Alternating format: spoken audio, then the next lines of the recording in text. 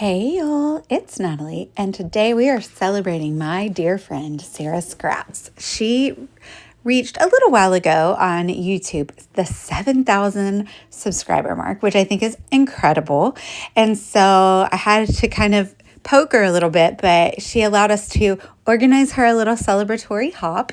So down below, you'll find a link to videos from a few people that wanted to celebrate Sara, and then Sara's channel, of course. And she just wanted all of us to scrapbook something we loved, make something that we love with products that we love. So I pulled out, you can see there, I have my Brutus Monroe because Sara loves Brutus Monroe, works with them a lot. And I love this collection. It's for my theater kid. I'm going to scrapbook this cast photo of my son's second performance last summer doing Wizard of Oz. And these are die cuts from Paper House Productions. They're from Paper House Productions.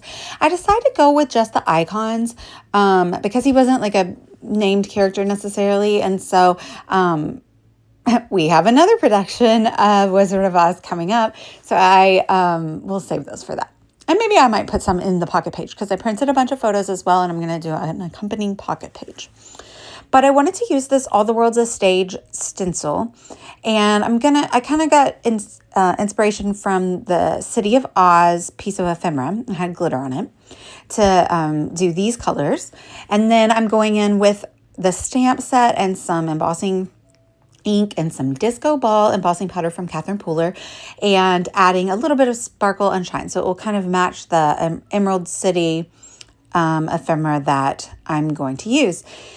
Sara recently did a layout about attending a musical. And so that is also another thing that we have in common. She is such a dear friend. We've grown so close over the past few years.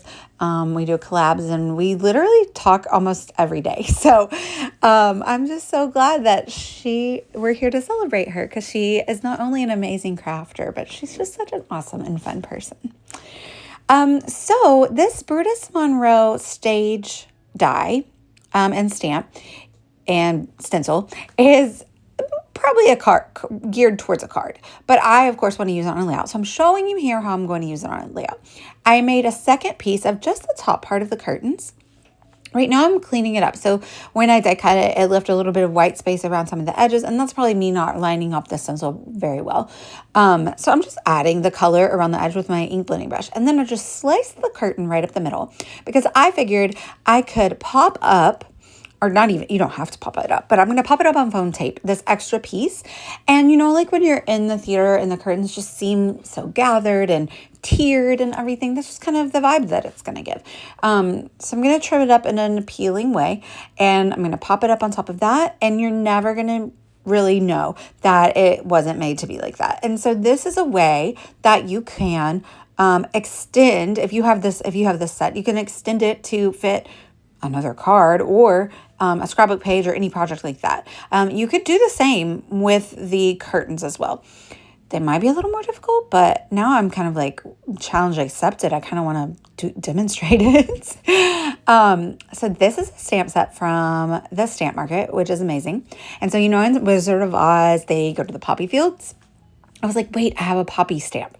So I decided to just pull out all of my red Distress Oxide inks and I'm doing just like a myriad of colors on the base. And then you go in with the detail stamp on top. And so I'm just kind of doing different ones and getting a variety of the red color, and then giving it that black poppy pop in the middle.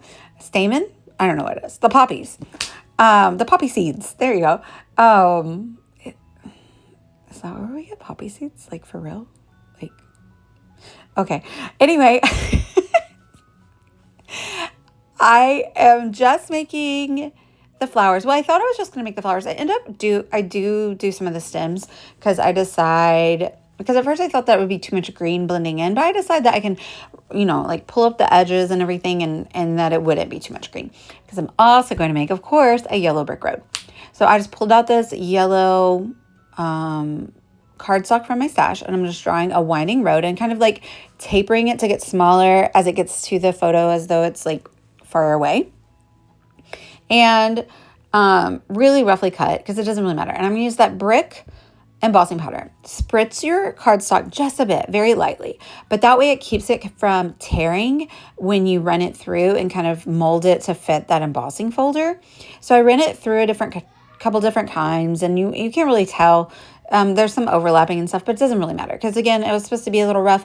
So I inked up the edges with some fossilized amber, and then I'm going in with my smaller ink blending brushes, and I'm going to use this wild honey and then a little bit of brown, the walnut stain, and just bring out the detail of that embossing folder by, rubbing the ink on it, and it makes it stand out. It makes it look like there's shadows and everything.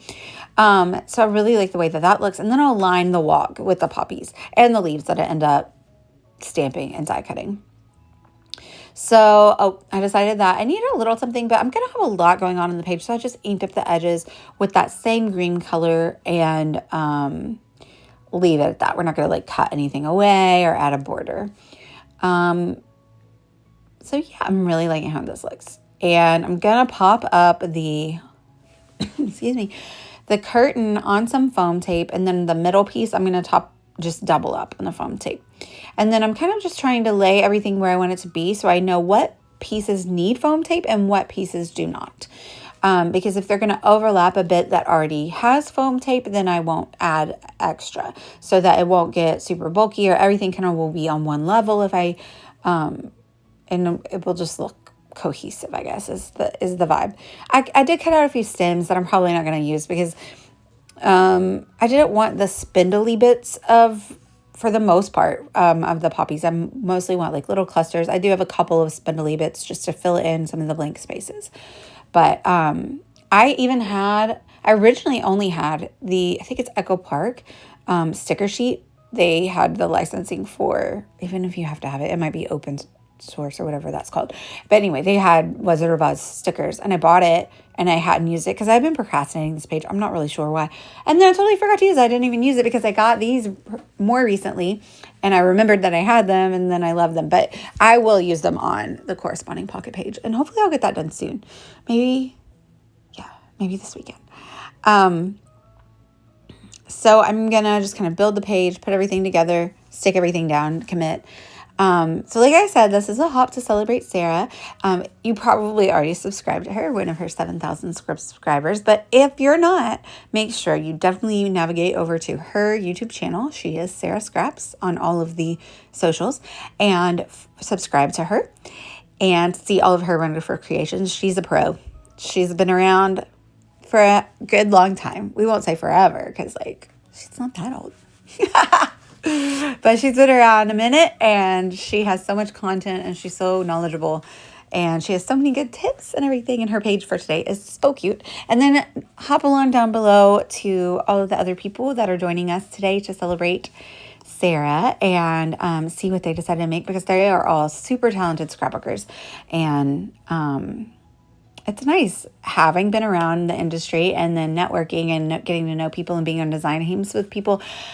You make really great friends. So they all love Sara too. So I'm sure they have fabulous things to say about her. I am just kind of, building the page. All of the poppies get popped up on that one of those little foam circular stickers. Those are from A Cherry on Top. I will link down below with any of these products if they are still available at A Cherry on Top. Not really sure if any of them are, but I'll just put my other link in there because I bet you can find something that you need over there. And this weekend, I'm pretty sure they have a sale, 20% off. And I have those alphabet soup alphas from Doodlebug, and Jessica teased me when I showed her my layout, and she said, "Oh, I see that you cut up those alphas and make Frankenstein letters too." And I'm like, "Yep, you know it." Notorious for that, because of course I want to use them, and then I only am missing one letter or two letters. So that's what you see me doing now, kind of dissecting one letter to turn it into another. Not gonna lie, I was hoping that nobody would notice. They did, but that's okay. It says what I wanted to say, and I think that part of the appeal of scrapbooking is that it's handmade, and I'm not perfect at all, and that shows, but it's still appealing. I don't know. It's just like cozy and like, oh, somebody made this for me to document this fun thing that I did.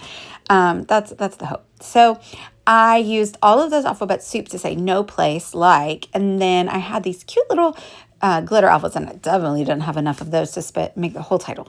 So I only chose the alphas that were the word HPAC, which is the theater company that he performed with. He usually performs with two, and this is the first one. So instead of there's no place like home, there's no place like HPAC. And then I took the rainbow and I did a little bit of pom-pom trim around the edges and kind of adhere that on. And then I had to pop it up really high on a bunch of foam dots to make it sit nicely at the top of that curtain, and then make sure that those pom-poms are placed nicely. And finally, I'm not gonna do a page in a hop that is focused on Sara without adding sequins. And it was funny because I was looking for red sequins, and most of my sequins are from Spiegel Mom Scraps. And if you know Sara, you know that she was Jody's right-hand lady for a very long time. And I realized Sara doesn't really like red. And that's probably a good reason that I don't have very many red sequins, but I found this one pack. So I am just picking out all the red ones and kind of leaving the burgundy ones. Although now looking at it and next to that shoe dye, they probably would have worked as well. I'm just going to nestle them in amongst the poppies, and we're going to call it a layout. I would love it if you'd like and subscribe. Let me know if you have any questions. Again, affiliate links are down below, and make sure to hop along and go subscribe to Sara if you don't already. Thank you all so much for watching. Bye.